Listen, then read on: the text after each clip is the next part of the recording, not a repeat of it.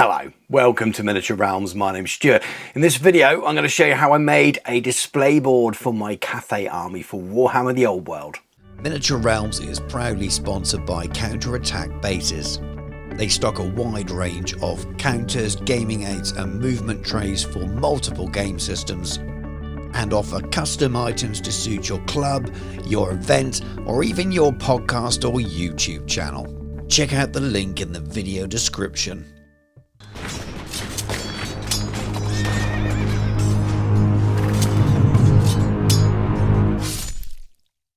If you're a channel regular, you would have seen these pictures before. I had loads and loads of fun painting the army, made loads of content with it, individual painting tutorials of some of the bigger things and a bit of an army painting video for the battalion box, and then a video that sort of tied it all together afterwards as well. Loads of fun painting it, and since then I've painted Miao Ying as well, and I've added that to the collection. I've added some 3D printed tents and things. After all, they need somewhere to stay when they're on campaign in the old world. And it was a really fun idea now to take it forward to the next stage and build a bit of a display board for them all to go on. A few weeks before the dawn of the Storm Dragon, I received my early review PDF of that book, and as soon as I flicked through it, the first things that really stood out to me were the wonderful pictures of the Grand Cathay army arriving in Marienburg, and there's pictures of the ships, and it just looked fantastic. But prior to that, I was already planning this board because the idea was to take this board to the Warhammer the Old World Throne of Skulls doubles back right at the end of August with my friend Danny, and he was planning. We kept changing our armies around and what we were going to do, and eventually it was settled that I was going to take Cathay and he was going to take Marienburg, and this was all settled before that book arrived. And as soon as I saw it, it was perfect, and I knew how I had to design the board, and that's pretty much what this video is going to be about, how I designed the board to give that kind of thematic dockside view of Marienburg. For those of you keeping up with movements and things on the channel, you'll know that right back at the beginning of the year, I started building a big board for my Nuln army, which was going to be for the original singles Throne of Skulls, and I couldn't make it to that event because of a clash with a family holiday. And then that board was going to become an Armies on Parade board as well, and I made a little bit of a video about that. And then it all kind of stalled, and the reason it stalled was because of the massive summer of releases we had for Warhammer the Old World. We had the Wood Elves and the Beastmen, and then Cathay came almost straight afterwards, and Games Workshop kindly sent me an entire Cathay army, and it took a lot of time to build and paint, and a lot of my other Warhammer projects went on pause for that. And that display board and that idea has not gone away. In fact, it may well see itself at Throne of Skulls next year, but that's that out the way. And now we have this new display board idea, and I'm going to say this right up front, I didn't make it to the Throne of Skulls. There was a bereavement in my family on the week of the event, and I wasn't able to go for obvious reasons, as I'm sure you'll understand, and my patrons are already aware of what happened then, and I don't want to dwell on those things too much, but I still wanted to bring you all the footage that I've made for this board. I filmed it all, and the video was going to be finished off with pictures of both armies on and talking about how the event went. So it'll end slightly different. It'll end with my whole army displayed on the board, but I'm still going to take you through the whole process. And then I've got some more plans for it, which I will talk about at the other end of the video, because there's going to be a follow-up video about this as well. As things often do, they start with a few ideas, scribble down a bit of paper, and then buying loads and loads of bits and kits to do it. So there's lots of balsa wood there. There's some things I've dug out of my bits box, a couple of watchtowers that I thought I might use. I've got a fan there, which will be a handy sail later on. Originally the ship was going to be built out of the AOS Dwarf frigate as well. That didn't get used in the end, because once I saw that Dawn of the Storm Dragon book, I realised that that ship just wasn't going to cut the mustard in terms of the visuals that I wanted. But all in all, lots of stuff to start working on. I often use wallpaper for texturing stone, and my friends Alex and Carolina from Witchart 3D sent me this really fantastic wallpaper. I think they had to import it in the end, and they had some left over, and they sent me, and it's absolutely perfect. So I'm afraid I can't tell you the brand and things, but it's just perfect for the sort of the city cobbled stones that you might need somewhere around the docklands in Marienburg. And what I really wanted to do was make certain parts of the terrain removable. So the corner of dock that I'm going to squeeze on there, very small because I've got to get the army on there, I want it to be removable so I can turn it into a set of Marienburg or Docklands terrain to use in Warhammer later on. That's a planned video for a month or so time. But a lot of what's going on now is just positioning and trying to work out where things might go. Remember, at this point, I thought I was going to doubles, and I'm trying to make sure that I can fit my 1,000 points nicely on one half of the board, and then the other half of the board was going to be for Danny's Marienburgers. That was a place of kind of marking stuff out, working out what I was going to glue down or what was going to be removable. That the tower, the idea was it always was going to come off, so I can use it in games again.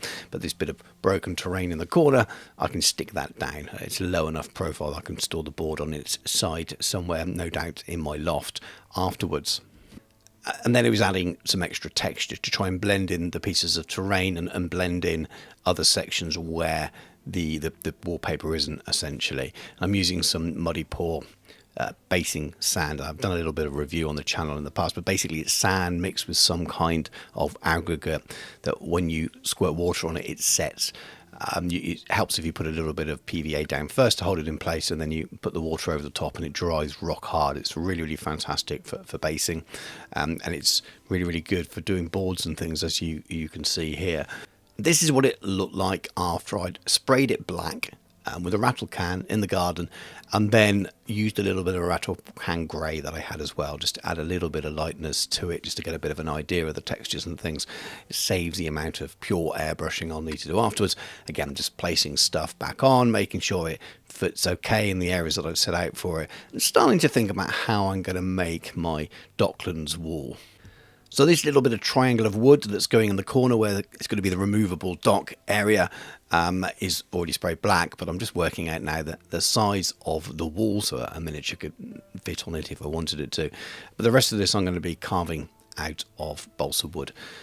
It's got its issues, balsa wood. The texture isn't always great if you're not using it as wood, and there's some things I don't like about the way this comes out in the end, but it's also incredibly easy to carve as well. I could have used blue foam for this. In some ways it would have been better, but they got a lot of similarities really in how easily you can cut them. You could probably carve the blue foam a little bit better, but I had balsa wood, so that's what I was sticking to at this time. At this stage I was sticking extra bits to it, so leftovers from the fortified manor kits, so using the statues to sort of buttress each side of a little bit of an opening there where people obviously get off their ships, where a gangway may be, and other little bits as well just along the top of the wall, just to look like Imperial Empire-esque fixtures and fittings and embellishments really. A few little finishing touches like the binoculars, and there's a lamp, and I wanted to put a book from the Flagellants set and almost look like a notice board or something up there. God knows what it's supposed to be, but it seemed like a good idea at the time. But those little details just really add up sometimes, and there we are. It looks very unexciting right now, but hopefully with some paint on it, it should look a lot better.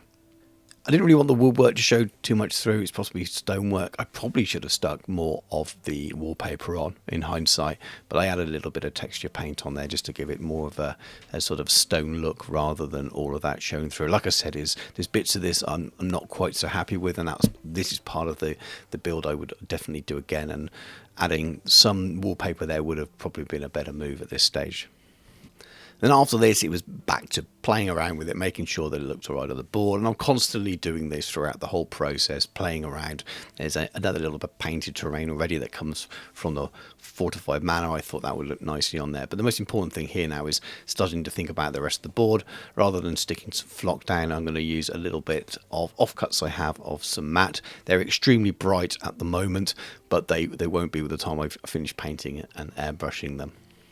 I thought it was important to make sure that those bits of grass blend in to the stone floor around them rather than look like they're stuck on top. So I'm adding a little bit of PVA around the edges, and I've also put some patches to break up the other stone walkways as well. I figured there'll be a lot of traffic on these. There'll be a lot of mud and dirt and things deposited on the streets. No street cleaners in the Empire, I imagine. And I'm, again, using that muddy pour terrain system, so I'm just sprinkling that sand mix on, and then I'll keep spraying afterwards, adding more moisture and building up the texture. Because you can use sand first and then spray afterwards, you can get a nice graduated effect blending out into the other areas as well. This here gives you a little bit of an idea of what it looks like once it's dried and how well it blends in. And just looks like dirtier areas rather than a separate colour altogether. At least that's the plan anyway. Now it's time for a little bit of airbrushing. And this is Garagax Sewer, but any sort of brown inkish colour will do. You just want to make sure it's semi-transparent rather than just a paint. I think that works a lot better. It gives you more of a filter blending the two colours together, which is what you can see me doing here, rather than adding yet another layer of solid colour. So whether it's contrast or Army Painter speed paints or any of the other brands, or even just inks, using something like that here is better. So I'm using the Garagax Sewer at this point. I could have used a host of other browns. It seems to work quite well. I'm just working around the edges of the grass so they look like they're maybe muddy. It's toning that colour down a little bit. And then I do the same on those other areas. Again, adding to that idea that this is slightly muddy ground built up with sort of dirt and residue and things like that, and just blend it into the stone streets that are around. I'm very much repeating the process now with a slightly different colour, and the more colours you add, the more realistic things tend to look, I think. If you really look closely at any piece of old weathered wood or concrete or stone, you'll see loads and loads of different colours. Things aren't just grey, even though they may appear that from a distance. Same way as the sea isn't just blue, and so on and so on. So just adding a little bit of other colours. That was called grunt of fir to start with, and then moving on to a green. And then you could just kind of builds up the layers and makes it look a little bit more grim and dark and realistic. And I just like the effect, and it's really, really fun to do. It's quite liberating just to work on big pieces like this, spraying away wherever you think it should go. And as long as you don't go too heavy and build it up slowly, generally it tends to work out all right. I wanted to add something different to the tone and texture and add a little bit of a sort of dusty, grimy city effect to it. So I'm actually using a ready mixed oil wash here. This might actually be called something like City Dust. I can't remember, but it's from the Soilworks range from Scale 75. But AK do similar things, and you can also mix your own using pigment and mineral spirits or white spirit or Sansador or whatever your choice of, and then I'm blending it out and thinning out after I've applied it neat using some AK thinner, and it just kind of runs out into the recesses a little bit, and once it dries it just means to have a little bit of dirt build up in certain areas. And you could do the same thing with lots of different colours, so I'm just adding a few patches around the board just to look like the city's very, very dirty and lots of different things. Maybe something was spilt in a certain area, and at the end of the day I think it looks quite cool. I'm pretty much repeating the same process here with a different colour. This is a browner colour as well. So just little patches, splash it all over in different places, thin it out with a little bit of spirits, and it just blends out a little bit, and you just get these really interesting different tones and textures all over the board.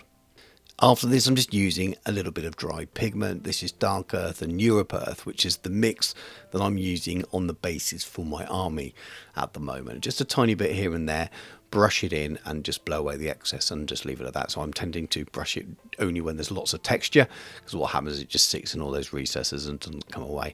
Not an awful lot, just the odd patch here or there, which will mean that when you look at the army on the display board, it looks like it should be there, because the army is also designed to work on grass tables, so there's grass tufts and things as well. So just by mixing the colours in, it's amazing how you can trick the eye to think, yeah, that works, that should be there. And for exactly the same reasons, I'm just adding little touches of the Dark Earth, AK diorama basing texture, and a little bit of the diorama FX European mud as well from Vallejo, just in little patches here or there, and around the bottoms of the buildings as well, just to help them blend in. And I painted these buildings a long time ago before I did this kind of thing. It just makes them look like they should be on the table rather than they're floating on the top of it, so it's well worth doing. And again, this is something that matches the bases that I have on the army. These are the spring and summer Tufts from Warpaint figures that I use on my armies, and some from AK as well. And there's just a little dots of them around the board as well. It helps with the edges of those grass areas. If you've got the odd patch of slightly long grass, the odd bit popping up between the pavement slabs and things as well, and then around where the edges of the dock will fall. It just makes it again look like it's part of the environment rather than all these places are just placed on directly. The lighter, almost dead grass tufts did stand out a little bit more than I wanted them to, so I just used a little bit of oil wash just to dull them all down a little bit afterwards as well, and that seemed to give the effect I wanted, which was a little bit of dead and dying grass, but not so bright that it looks like it should be in a desert. And this was the board at that stage, ready for me to paint all that dock area and start working on the ship. To the docks, I sprayed them rattle can black with a little touch of grey, just as I did for the board, and then I'm going in with a range of greys here from the Two Thin Coats range. But again, I'm not going to read all the individual paints out here. I don't think it really matters. It's just giving you an idea of the processes, adding the darker greys into the recesses here, and then just building up through the spectrum a little bit, not worrying about too much about what I did with the rattle cans out in my garden. The darker area here is almost black anyway, so I'm just sort of reinforcing around what would be metal, like the cannon and the statues and things like that, and we just sort of slowly build it up. I just kept playing away, to be honest with you. I added a little bit of blue through the airbrush, some blue contrast paint, I can't remember which one, to the area that's going to be water, and I'm just putting little splashes of grey when I'm doing the white, and I'm just treating it quite organically. And I think I've mentioned this on videos before, maybe even in this video. When I'm working on larger pieces like this, I treat it a little bit like I used to treat A-level art projects, and I'm not quite as precise, and just enjoy the process. And if something needs changing, you can change it relatively easily, and not like you're painting eyes on a miniature or something like that. So if something's a little bit too light, and just go back and darken it down with a bit of a wash here or there, or airbrush some inks in or something like that. So I'm not taking it too seriously. I'm confident with the colours that I've got there that I'm going to get something that I'm relatively going to be happy with at the end of it. At the end of the day, terrain is supposed to be fun, and this is terrain for me. I'm treating it in that way. I'm just adding a little bit more blue through the airbrush to the water area to start with, and then onto some greens. And at this point, I've stopped recording what colours that I'm using, which I may regret later on when I want to produce more of this docks terrain, as I mentioned earlier on, and that's only really occurred to me now. But well, so be it. I'll get something close enough to it. I think I'm using some of the Vallejo versions, the Express Colour, their own versions of speed paint here, just adding in little squirts of green and then some browns and darker colours over the top as well, and then take those darker colours, almost like a Garagax sewer and browns like that again, back onto the wall as well and into those recesses. I wanted the water to look dirty and murky, which I think it would be with boats and things in relatively still water. We're not talking about a sea here. We're talking about something that would flow out into the North Sea if it was real Europe as well. So it's not going to be super nice and clean. But by continuing to carry those colours over into the seawall, it gives a nice overall sort of filter and effect to the whole area. So that's why I'm making sure that I'm adding those darker browns and greens and things into the shadows around on the wall and on the woodwork on the wall, as well as into that water as well. And I think I'm starting to become happy with it at this stage, or why I wasn't happy with the build and the overall texture of it.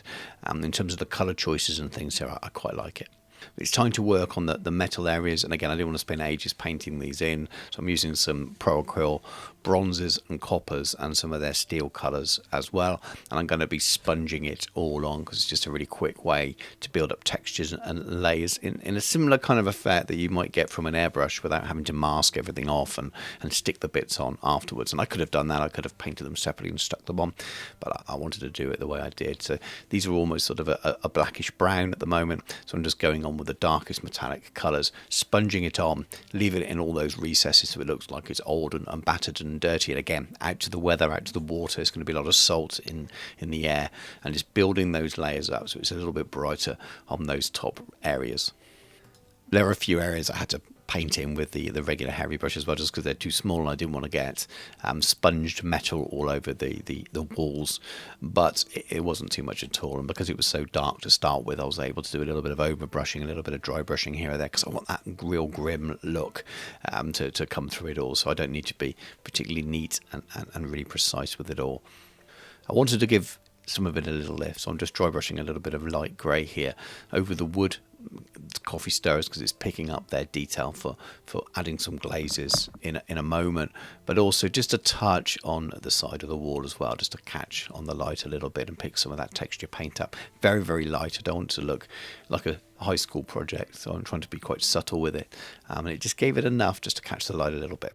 And this is one of my wood recipes, and I've covered this a lot on videos in the past, and I may even do a video more focused on it in the future so people can find it easier. But just on my wet palette, mixing together a dark brown, a lighter brown or a sepia here, and some green, and I'll apply these in patches to the wooden area and wet blend them together on the miniature, and you get this really nice varied wood effect. And it only really works if you do it over an underpainted area, hence the dry brushing on all of the wooden areas, because you want it to show all of that dry brushing through, but just cover it down in a filter, and it just adds a really, really nice effect, makes the wood look old and weathered, which is exactly what we want by all this water here. Then afterwards, with that paint on the palette, I just got carried away, and I'm just doing a few little sort of stained bits of stone, little drips here or there, a little bit of staining where the water might have run down from a joist or something like that. And it's really fun to do, to get lost in this. I think I had an audiobook on at the time, and again, it just adds to that realism, that grimness, and makes it look more like a working shipyard rather than something all bright and shiny. Continuing the weathering here, I'm mixing two of the oil washes from Knott's Hobbies. Actually, one is the verdigris and one's their sort of grimy colour. I thought the verdigris is a little bit bright, so I wanted to tone it down, so I've sort of mixed them in together and just thinned it even more with a bit of white spirit and just brushing it onto those bronze statues, rubbing it away from those recesses in a moment, and it just goes into those recesses a little bit. Makes it look a little bit like weathered verdigris, which again you would expect to see around water. After that, continued on with the grime on its own, again just in little patches to reinforce where I painted in those little drips and stains and things, before finishing off with some brown and sepia oil washes on the metallics as well in places, just to really sort of tie them all in. And once they dry, it just looks so cool and weathered, and you don't end up with the tie marks that you might find with using a standard wash. More checking, as I do throughout. That's the dock in place without the resin and without the boat at the moment, and I'm relatively happy with that, and I'm quite happy that it's going to be removable and I can use it in the future. So now it's time to build the cafe in boat, or just the front end of it. I don't want to build the whole thing, and I've got some balsa wood, some coffee stirrers, I've got a fan here for the sail, and the top of the tower, which I'm going to use for the deck inside, and you can see it placed in there, and the frame boxed out. And the reason you're looking at stills now is because I've had some issues with the footage, which is a real shame, but it's probably cut 15 minutes off this video. And you can see what I've done here is built the frame out of sections of balsa and then just planked it out with coffee stirrers, trimming them as I go. And I was super gluing them as well, so I was doing lots of things that you shouldn't do. Should have been using PVA and taking it more slowly, so maybe it wouldn't have been the most accurate tutorial. Used some leftover bits as well from the Cathay box, so their shields and things. The other alternate head as well for the Longmire on either side, and then use the spare weapon from the Sentinel as well as the mast there. And you can see I've trimmed down a little bit of one of those fans and turned it into a sail. And that's what I had in my mind. I wanted that boxy front, and as soon as I saw the images in the book, that was it. Now, also, because of that footage was lost, you haven't seen me painting it, but I've used the same methods that I've used on the side of the dock wall for all of the wood areas, just using more browns and greys and using some red for the other areas. But in terms of the dry brushing and adding all the oil washes and things, they're almost identical. And the same with the metallics, all the metals, they're all the same. So apologies for missing that part off, and it might be the part that people most wanted to watch in this video, but unfortunately there's nothing I can do about that. I've used some of the Easy Green Stuff World resin as well, just with a little UV light, so no sort of big resin pours, because I didn't need a very thick layer of it, just enough, probably about 1/2 centimetre, just to really lift it and make it look like water. And overall I'm pretty happy with the way it's come out. So this is it with my half of the army on. This was the plan. This is the video I took, still expecting to go to Throne of Skulls doubles, and I sent these pictures to my mate Danny, and he was painting his and was ready to go. And you should say that Danny went and managed to find another partner and had lots of fun at the event. But I had loads of fun doing it. Really sad not to see Danny's Marienburgers on the other side of it. And here it is with the whole army on it, minus Miao Ying's foot version. I thought it looked a bit weird to have her in both forms on there at the same time, and it definitely fits everything on, which is cool. So there is a use to it. I've got a display board for this army, but that obviously wasn't the total plan for it. I'd love to have done a little bit more with it. Thank you very much for watching. I hope you enjoyed it, and let me know in the comments below what you think of the finished display board. I had loads of fun doing it, as you can imagine. It's a little bit more basic than the original one that I was planning for Nuln. Apart from the boat in the corner, there's not so much of a backdrop. However, I do have some plans for that, which I alluded to right at the beginning of the video. Now, I've made this display board. It was fun to do, but it's got no purpose other than looking cool and having something fun. And maybe I can use it in the future if I take the Cathay army or a Marienburg army or something to an event, which I may well do. But I wanted it to have a purpose.